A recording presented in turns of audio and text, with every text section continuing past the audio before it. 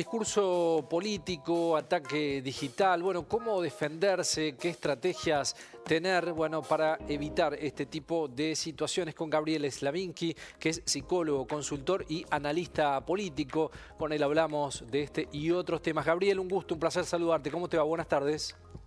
Buenas tardes, ¿cómo están? Bueno, muy bien. Gracias como siempre por el tiempo y la predisposición. ¿Qué hacer con el discurso político y el ataque digital, Gabriel? Bueno, día a día se da ataques constantes a nivel digital a dirigentes, pero nosotros tenemos que dividir en dos cuestiones centrales, solamente dos. Bueno, el primero, el que es sistemático, y el otro, el que es aislado. El ataque sistemático es el que se debe contemplar, pensar, reflexionar sobre qué es lo que está sucediendo, porque en realidad los ataques aislados, que muchas veces duelen y los dirigentes tienden a reaccionar, son los que uno podría pensar hay que dejarlos pasar. Sin embargo, aquellos que son sistemáticos, organizados, y uno de alguna manera sabe que está siendo agredido de cierta forma, esos son los que debe el dirigente reparar en el ámbito digital. Eso punto uno, los sistemáticos. Punto dos, identificar cuál es la táctica por la cual se lo está atacando.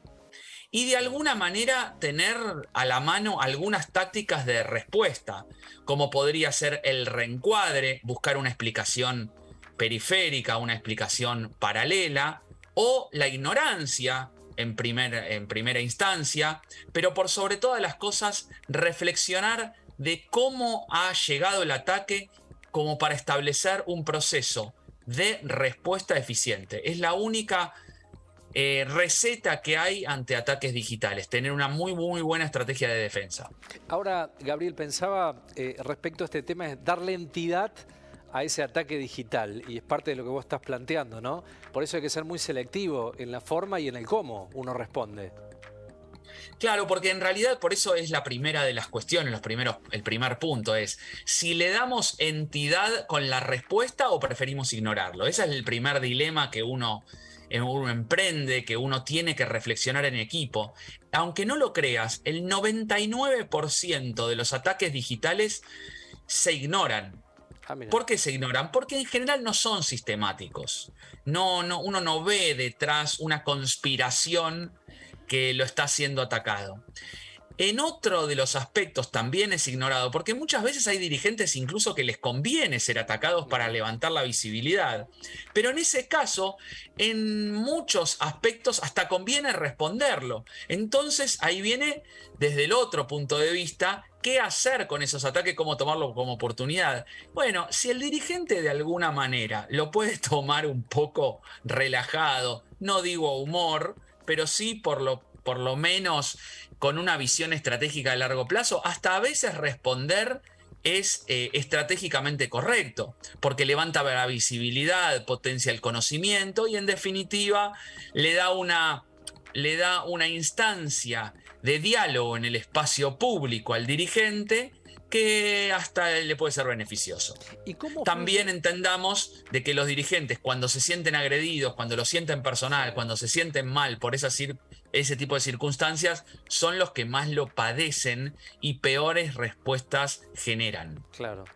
Político, atacante, el que consume, ¿no? El de a pie, el que consume los medios. ¿Cuánto influye esa pelea, ese juego político para la decisión del voto? Digo, ¿tiene algún determinante o no, Gabriel? No, la decisión del voto tiene una red de motivaciones que son realmente diversas, plurales, heterogéneas y muy personales. Uno podría diferenciar distintos tipos de votos, sobre todo estableciendo que el voto en definitiva es una opinión, es una emoción expresada en un sobre, ¿no? Porque la opinión, a diferencia de la actitud, por ejemplo, la opinión es mucho más volátil, es epidérmica, cambia de un día al otro o de una semana a la otra, entonces uno puede tomar distintas vertientes, distintos aspectos para tomar la decisión de voto. Entonces es muy complicado asociar directamente algún aspecto como una pelea digital a quién técnicamente finalmente va a votar las personas. Entonces, ¿a quiénes van a votar las personas? Bueno, a aquellos que puedan establecer un mensaje coherente, sostenido en el tiempo, mantenido digamos, con coherencia en su día a día, pero en una trayectoria política. Algunos otros no pueden mantener tanto la coherencia, por lo tanto se los termina votando porque les influyó mucho la campaña, la expresión de las ideas, algún apoyo muy importante de algún dirigente, incluso de algún testimonial de deportistas, alguien de la farándula, actores o miembros respetables de la comunidad. Algo así como, y bueno, si lo vota esta persona que es tan capaz y yo la valoro tanto, ¿cómo no lo voy a votar yo? Se llaman de alguna manera heurísticos cognitivos, atajos para tomar decisiones. Y esas decisiones que tienen que ver con el voto muchas veces no son lo racionales que pensamos habitualmente. Está muy bien. Me cruzo a discurso político, Gabriel, y pensaba en la categoría de discurso político, ¿cómo califica la Argentina? Porque la construcción de un buen discurso político, lógicamente, baja líneas estructurales y fundacionales para un país. ¿En qué etapa, cómo calificarías el discurso político en este momento en nuestra Argentina? Bueno, hoy tenemos claramente un discurso político confrontativo. Si uno podría decir que allá lo cito a mi profesor histórico Eliseo Verón cuando decía que en su libro La palabra adversativa del discurso político decía que hay prodestinatarios, que son aquellos que se les refuerza con discurso de refuerzo, los contradestinatarios con los que se polemiza y se debate, y los paradestinatarios, que son aquellos que se los intenta persuadir. Nosotros trabajamos demasiado en el último tiempo para los prodestinatarios, o sea, apuntamos a los núcleos duros, y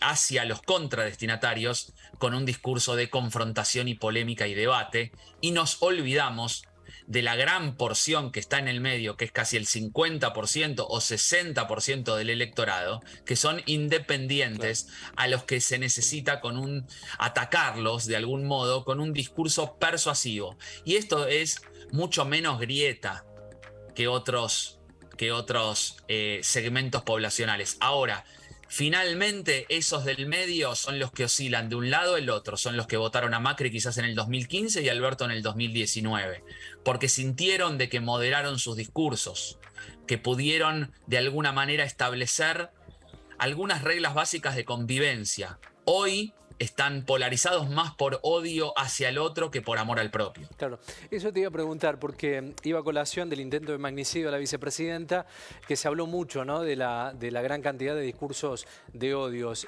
¿Cuánto hay de eso en lo político y también en el discurso social, Gabriel?